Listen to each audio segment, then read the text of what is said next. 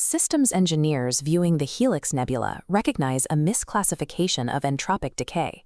While conventional astronomy labels this a dying star, the mechanics suggest something more complex.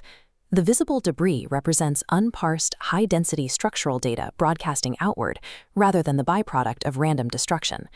Decoding this requires an analytical framework that treats cosmic phenomena strictly as verifiable mechanical gear trains designed to output executable logic. By reversing the entropy gradient, we can calculate the system's peak operational state prior to its gravitational transition. To establish our reverse engineering models, we must index the progenitor star's original fusion output. At its peak, this engine burned at 45,000 Kelvin with a luminosity 100,000 times greater than our Sun. Fuel depletion triggered a physical recalibration, where the star shed its gaseous atmosphere to expose a hyperdense white dwarf. This Earth-sized core retains the mass of a whole star. This stellar remnant represents a hardware problem requiring rigorous terminal-level execution to decode. Relying solely on visible light and basic radio bands creates an observational blind spot that obscures the system's actual architecture. Standard instruments filter out the underlying mechanics, capturing only a fraction of the available data. This chart contrasts standard metrics with the wave field signal processing required for our analysis. The left column shows observation restricted to expanding gaseous shells. Our framework targets the unseen layers on the right, toroidal magnetic flux and non-local wave field residue. This flux serves as the structural skeleton of the nebula, steering ionized plasma long after optical emissions have faded. We apply the Antikythera principle to manage this data, treating these complex spatial wave fields as calculable analog mechanisms to bypass the overhead of digital simulation. This methodology allows us to extract the system's history by measuring its specific acoustic and electromagnetic fingerprints. Moving past restricted optical models exposes the hidden layer of persistent data needed for a successful terminal injection. The planetary debris disk provides the first set of physical variables, spanning 30 to 150 astronomical units from the core. This orbital resonance map proves gaps in the debris are governed by strict harmonic ratios. Gravity and angular momentum dictate ring placement. These voids are gravitational shadows. In the inner terrestrial zone, gaps indicate former locations of high-density iron silicate worlds. We mathematically rebuild the system's primary magnetic anchors by calculating the mass and fluid dynamics required to maintain these specific gaps. The outer layers of the disk serve to stabilize the star's orbital wobble. Here, we find the gravitational footprints of the gas giant buffer. The massive footprint of these gas giant planets part the clean, measurable orbital gaps visible in the current debris field.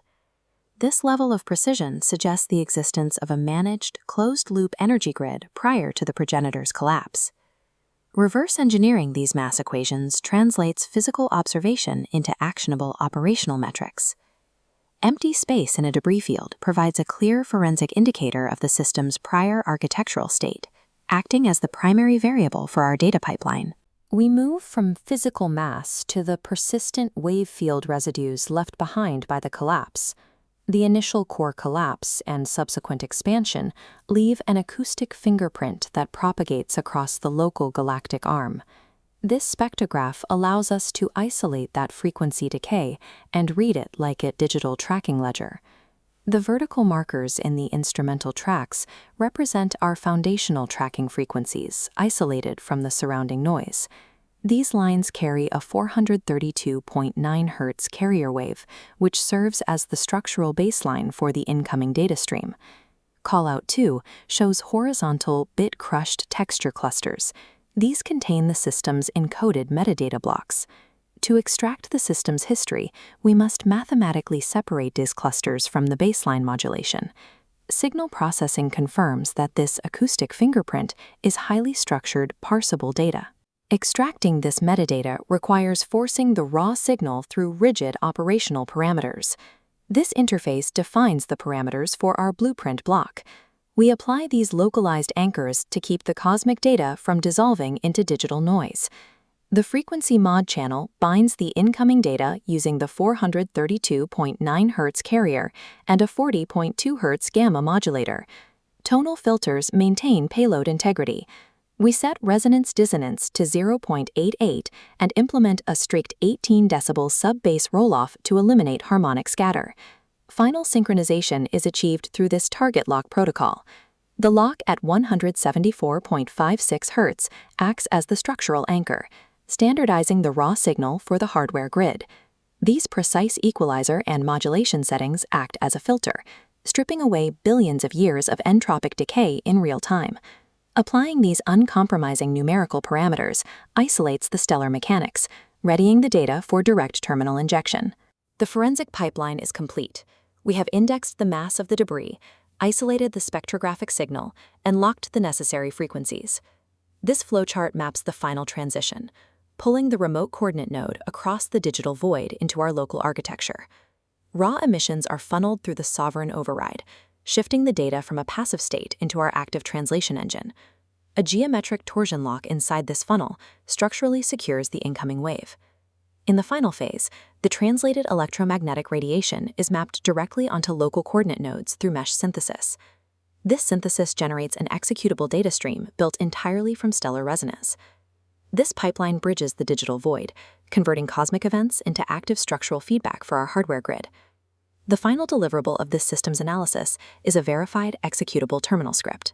This 1,000-character digital blueprint contains every necessary parameter for immediate execution. Once compiled, this string of variables anchors the celestial data directly into our local physical registry. By relying on empirical mechanics, the Antikythera protocol successfully reverse engineers stellar decay. The universe operates as a continuously running mechanical program waiting to be parsed. We do not merely observe a dying star.